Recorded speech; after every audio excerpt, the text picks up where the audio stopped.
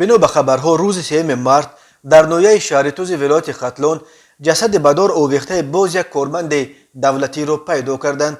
به گفته منابع محلی جسد فیروز حرمتوف کارمند کمیته اداره زمین نویه شهر توز را از منزل اجاره‌اش پیدا کردند. او را روز 4 مارت به خاک می سپارند.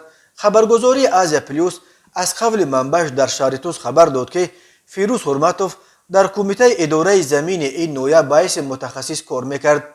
این منبع درباره سبب‌های احتمالی خودکشی حرمتوف اظهار بیخبری کرد و گفت که با این متخصص به گفته‌اش جوان آشنا نبود و درباره‌اش چیز زیادی نمیداند. و اما سامانه پرس تیجی از قبل یک منبعش در کمیته اداره زمین ولایت ختلون خبر داد که فیروز حرمتوف از پیوندان فتح‌الله حرمتزاده رئیس کمیته اداره زمین ولایت ختلون بوده باعث عنوان رئیس کمیته اداره زمین نویه شهر توز فعالیت میکرد.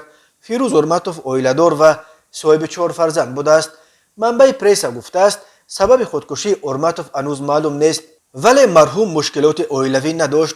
در کمتر از یک ماه آخر این الکی دومین مورد خودکشی کارمندان دولتی در نویه شهر توز است. روز 11 فوریه جسد بدار آویخته خوشقدم نادروف رئیس جماعت دیوت جوره نظروف را پیدا کرده بودند. جابر غفوروف رئیس نویه شهر توز در نشست خبری اخیرش گفت خوشقدم نادروف خودکشی کرده است، ولی خودکشی او ربط به فعالیت منصبیش نداشت، بلکه او در یک نامه پیش از مرگ اعتراف کرده است که به سبب مشکلات عائلوی دست به جان خود میزند. خوشقدم نادروف 34 سال و مثل فیروز حرمتوف 4 فرزند داشت. هر سال در تاجیکستان تا 600 خودکشی و قصد خودکشی ثبت می شود.